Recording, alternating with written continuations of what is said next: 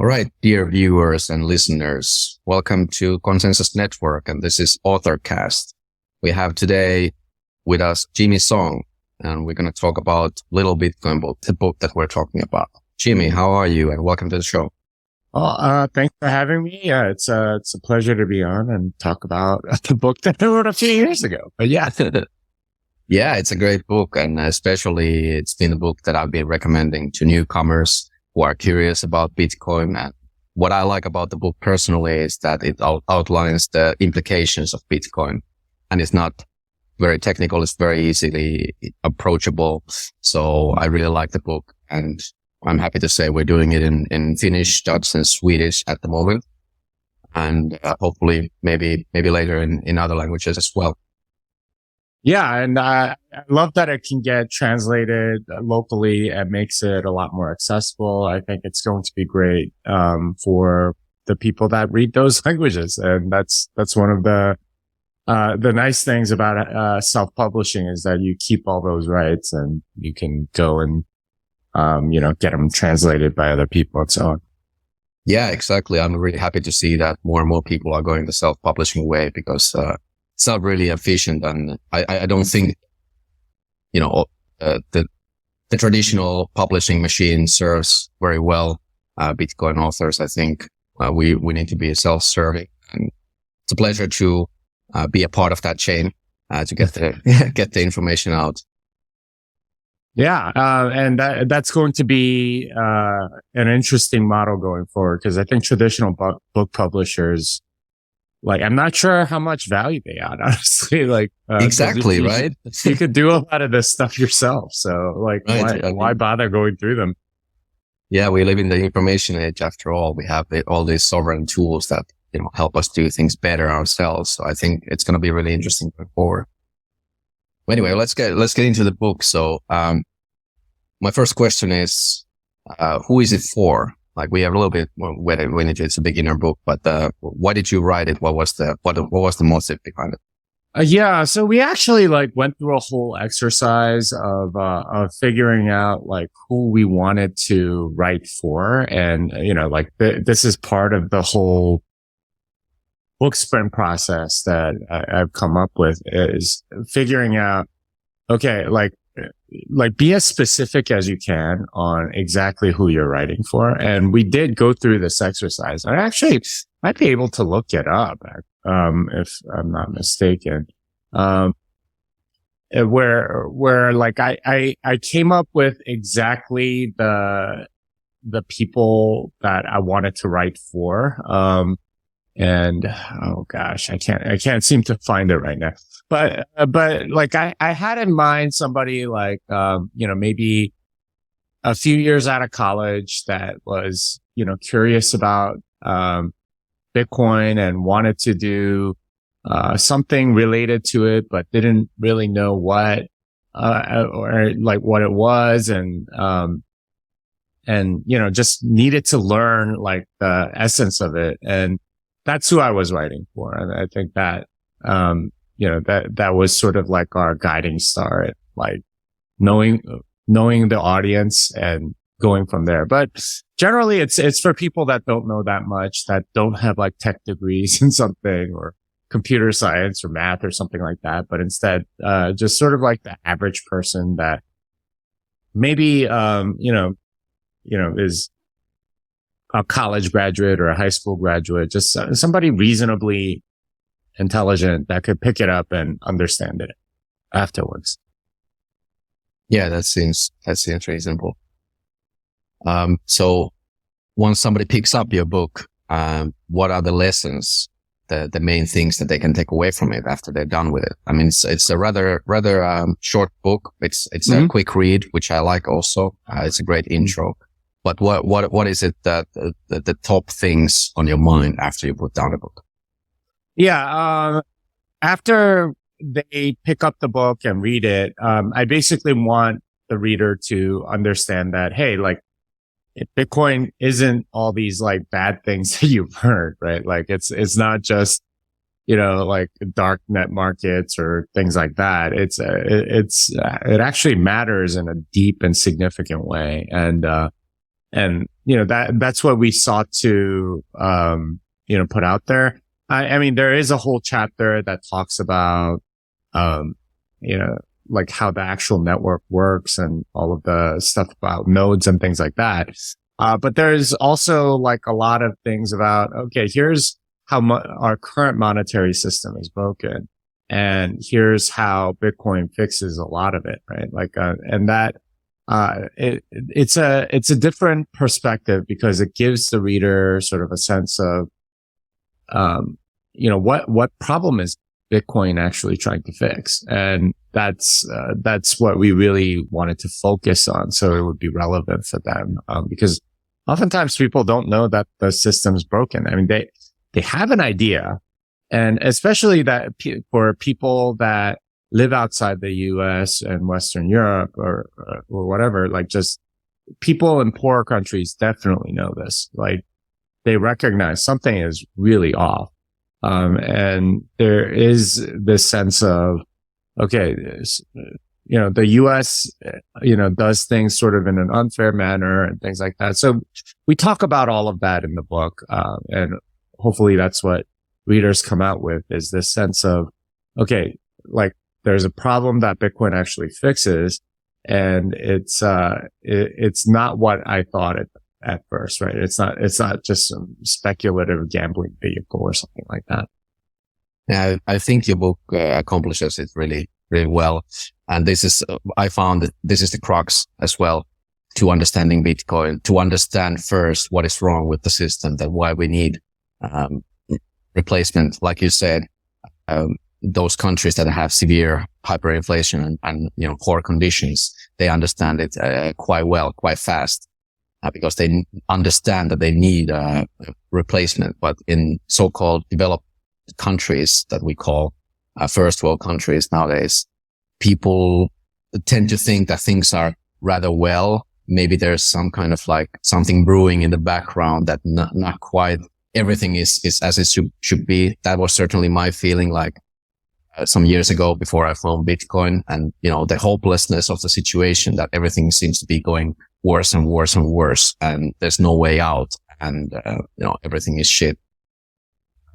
So I think your book does a great job in showing that there's an alternative way to go about it as well. Yeah. And, I just found like, what I wrote for like the audience that I was looking for. But yeah, I mean, that's the idea, is that, people get a different perspective on Bitcoin. And that's what this book is meant to accomplish, because honestly, most people just don't really have a good idea of what it is. They just hear, some mainstream media news article or take on it.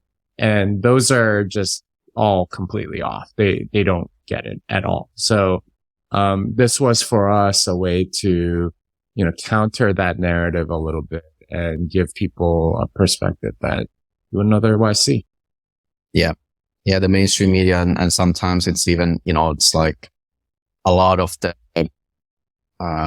forces that are getting paid for not understanding Bitcoin, right? So, or to purposefully obfuscate what Bitcoin is. Yeah, precisely. So that makes it even more important. Yeah. Mm-hmm. So what did you find about the audience? Oh, well, so this is what I wrote down. So this is, so I don't know if, we want to get into this part of the, thing, but we wrote this book in a week. So part of that was coming up with a process to, identify our audience and like figure out where we want them to be after they read the book. So, I still have my notes, and, it's a very worthwhile exercise, by the way, if you're an author, is identifying your audience very specifically. And not just as an author. This is something I picked up from doing lots of startups, is you need to figure out who your market is, right? Who are you selling to? And be very obvious about it and write it all down. So, I was pretty specific, but we had 8 co-authors and we all wrote something down. And this was mine. It's a 23-year-old just graduated from college in the US, immigrant parents, owns a smartphone, cares about social justice, wants to change the world, skeptical about big business, progressive, enjoys watching The Daily Show, works in a consulting firm, reads a book every month or so, goes out with friends every weekend, volunteers at soup kitchens every month or so. And you know, that was sort of like the audience I had in mind as I was writing it. And this gives, like, as an author, it's very helpful to have that person in mind, because you can always sort of like judge whether or not the person you describe would understand all the words that you're writing out. Because oftentimes what authors end up doing is they make it too basic where it becomes boring, or they make it too complicated where it's like, okay, you're not at all clear to this person that's reading it. So that's what I had come up with. And you know, part of the exercise is beginning with the end in mind. So the thing that I had everybody do was write down what review you want them to write on Amazon. So like everybody went through and made like sort of like a fake Amazon review of their potential audience member. Like what would they write after they read the book? And this is the thing that I had written. By the way, this has never been public. It's just something, this first time I'm sharing this. Warning, this book will open your eyes to how the world actually works. Money is central to our society. I originally thought Bitcoin is just for criminals, libertarian crazies, or scammers. This book will convince you otherwise. After reading this book, I'm now convinced that Bitcoin is one of the keys to changing the corporate industrial complex and reducing war all over the world. The moral case for owning and supporting Bitcoin presented thoroughly in this book. There is a moral case for owning and supporting Bitcoin presented thoroughly in this book, and I'm convinced that society will benefit greatly as a result of people adopting it. In short, I'm now a believer. If you are skeptical about the power of Bitcoin to do all that, read the book. So that was what I had written. Like before we wrote a single word of the book, that was what I wrote. Hopefully that's what I accomplished. My other authors all had something like that. And that was sort of our North Star, right? Our guiding, like how, is it going to get this audience member to write that review? Like, and that, like, if we had material that then we just kind of threw it out. And that's kind of why the book's on the shorter side. We had to cut a lot of stuff. Yeah, that's really good. That's great approach. And I'm really impressed that you had eight authors, I think.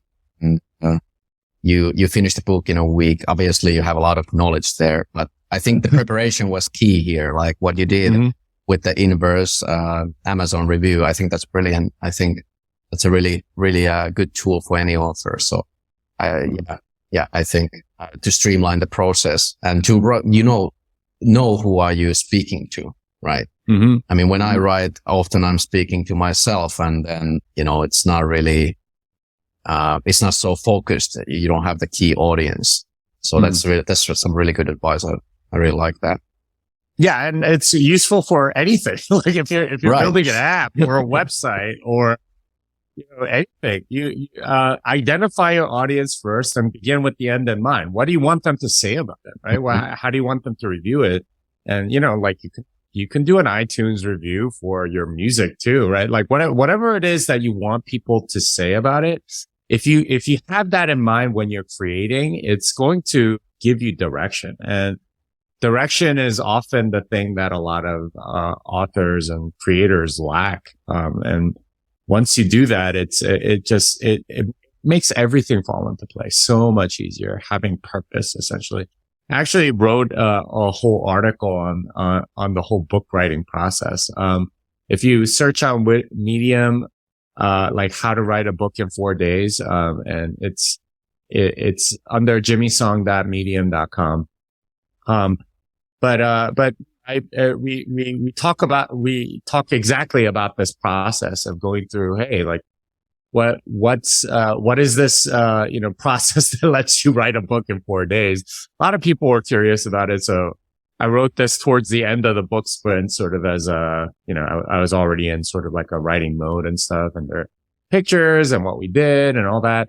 But it was a really fun experience as opposed to like, the one solo effort that I did, which is programming Bitcoin, which was a real hard slog, right? Like it took me like a year and a half to do. This came together a lot faster, in part because you're working with other people and it's a lot more enjoyable. So, if you're curious, you can go read that and learn a little bit more about this process that we use. Yeah, I'm sure to include the link after I find it. That's good.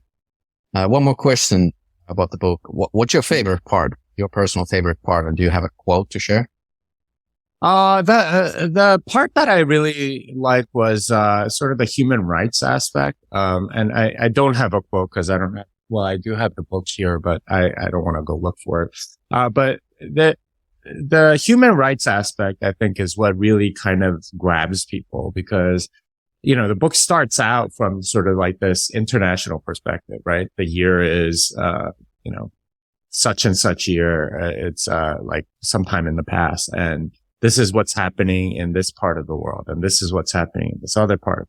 This is what's happening in this other part of the world. And you find out like so much of what's happening is monetary. It's economic. It's so much of it is, sort of like evil caused by machinations of central banks and so on. And later you find out, okay, well, that, the Bitcoin matters because it takes away, the power to do a lot of this stuff. And it's, and that part I thought was pretty powerful as far as the book is concerned, because it gives, a sort of like a narrative around which to hang a lot of the Bitcoin things that you learn is, okay, well, it's actually helping a lot of these people that are in poor places. And, it's doing it like right now. And that for me was an important aspect of bringing, an important aspect to bring into the Bitcoin narrative, because for a lot of people, they, focus so much on like price and things like that. And we have like a whole chapter on that too, but, the human rights aspect, I think, is what really hits them hard, as they learn. And then, the final chapter that's, talking about the future and sort of speculating on it. That was fun too. But yeah, I would say those are my favorite parts is, the human rights and sort of speculation. Yeah, I couldn't agree more. I really like what you talk about the war before and, human rights and people are empathetic. And my belief is that most people just want to live in peace, happily with their family and friends and not be at war. And somehow the war has just become a part of the, daily life. Like we're just warring constantly. There's some war somewhere in the world. And the prospect that Bitcoin brings forward that with hard money, you have to convince voluntary people, to pool funds to go to war. And then you can't force war on some kind of like a fake narrative or manipulate the system. You have to have people backing the war. And I think that's a really powerful thought of, maybe an eternal peace. Who knows? Yeah. Well, that's the interesting thing about war in general, or just consent in general. Like it's easy to quote unquote vote for something, but when you have to put your money that's a much higher bar. And I think that's essentially the argument that we make, right? Is that with Bitcoin, it's a higher bar. If you want to commit violence against somebody, well, you could try, but it's not just a matter of, okay, well, I'm going to vote yes on something, or at least not protest or whatever. And it takes away the power of those people that want to commit violence. And, that for me was, a big insight in the book is, like wars are, it's better if they're fought over money rather than ideology. And unfortunately, most of the wars that have happened in the last 100 years have been wars of ideology, which tend to be way more devastating and kill way more people, as opposed to wars that are economic, in which case, once you've taken it over, it's over. Or once the ROI isn't there, it's over. So, in a sense, like the less ideological it becomes, the better wars tend to be. Not that war is good in any way, but yeah. Yeah, I mean, I like the economy of war to bring out, and there's with Bitcoin, there's accountability of action, right? So you can't just go and vote and say that, I don't like those people and, let's go and kill them. You actually have to put your money where your mouth is, right? So actually, suddenly it becomes less and less interesting. You have to be a really good reason to go to war. And like Sun Tzu said in Art of War, the best general will win the war without even ever going to the fight, because it's not economic to actually go to the fight. It's really costly. Yeah, and that's the thing about like ideological wars. There's no way to sort of economically well, you can at least satisfy economic demands. You can't really satisfy ideological ones, because that gets way too close to, who you are. So you can't just give up an ideology, right? If they like, the entire Cold War was about communism versus, democracy or capitalism or something like that. And the reason why you couldn't like resolve that easily is because both sides demanded the complete submission of the other, rather than, like wars used to be, hey, like we're going to conquer your territory. You can just pay us, right? Instead of having us go through this whole thing. And a lot of, they would make that rational economic calculation and say, okay, you know what?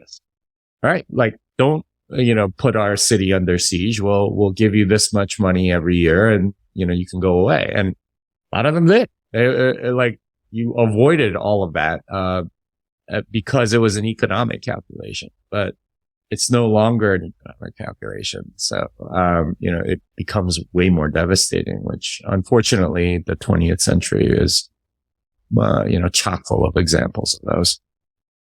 Yeah, and I think we can see today, we are in midst of some kind of ideological war, and there's no satisfying that hunger of, killing the opponent or killing their opinion or silencing them. It's been the same throughout human history. And I think, well, we'll see. It remains to be seen if Bitcoin can actually fix it. That's what we like to believe, at least. Yeah, it's interesting to see. Do you have any more to add about the book or anything else to say? Yeah, it was a fun book, and it's interesting. I found that it appeals more to people on the left side of the spectrum. That makes sense, like politically. And I'm guessing it probably has to do with sort of like the international focus and sort of like the justice angle that we've definitely put in there. But I always find it interesting when it appeals to an audience member. Like looking back at the review, it's clear like I was writing for people on the left, so it kind of makes sense that it tends to appeal to them. But it's doing so in a way that maybe I didn't quite expect. Like it's become sort of like a popular book to like pass around and say, hey, like it's really short. We didn't set out to make the book short, right? Like it was, we're going to write this book in a week. Just turned out to be short because, we had a very good North Star, a guiding like principle. Okay. If it doesn't get you the review that people are going to, the reviews that we wanted people to write, then it's useless. Like why keep it in there? So we cut out so much stuff, like literally went through every paragraph and we were like, okay, that's not good, or we're going to have to take this out. We had like all these fights about like certain sections that we should leave in or not. And them ended up, that's why the book's shorter than I thought it would end up being, but that actually ends up being a virtue, which I never really, anticipated. But yeah, um, it's an interesting way to do things, and I definitely learned a lot from writing the book. Yeah, I'm sure. And yeah, sounds like a great experience. And what you said about the, writing for leftists, I think that's Uh-huh. very interesting. And I think the human rights aspect has a lot to do with it, like you said. And I don't remember, was it Satoshi himself or somebody wrote in the Bitcoin forums that if we explain Bitcoin correctly, it should appeal to the Marxist ideology. Do you remember that? I don't remember that, but that would be interesting to figure out because I need to look that up because I'm yeah. pretty sure there's a quote. I'm probably not Satoshi, but somebody in the early days. And I think it's a very interesting point because Bitcoin is the great equalizer. It's just not maybe in the modern leftist way where people expect equal outcomes instead of equal, opportunity. I think Bitcoin is pure equal opportunity. It certainly evens it out a lot better. I mean, you're never ever going to get completely equal opportunity everywhere, right? Like that's just not realistic. But like it's made much worse by fiat money. And that's the argument that we make in the book. So you take that away. Well, now you have a chance. At least we have a chance now. That's ultimately what we wanted to talk about. Perfect, Jimmy.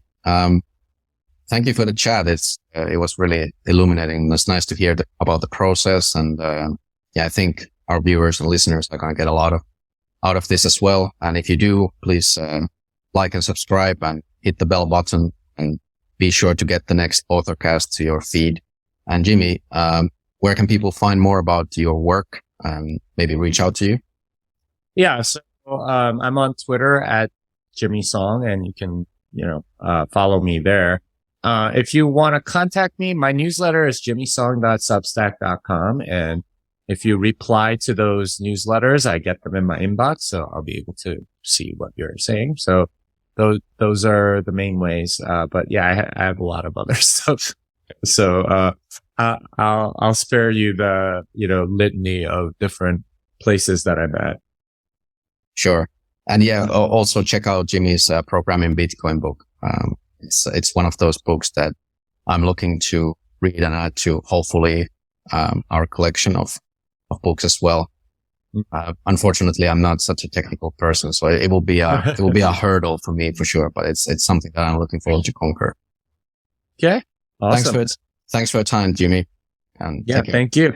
And thank you for the viewers.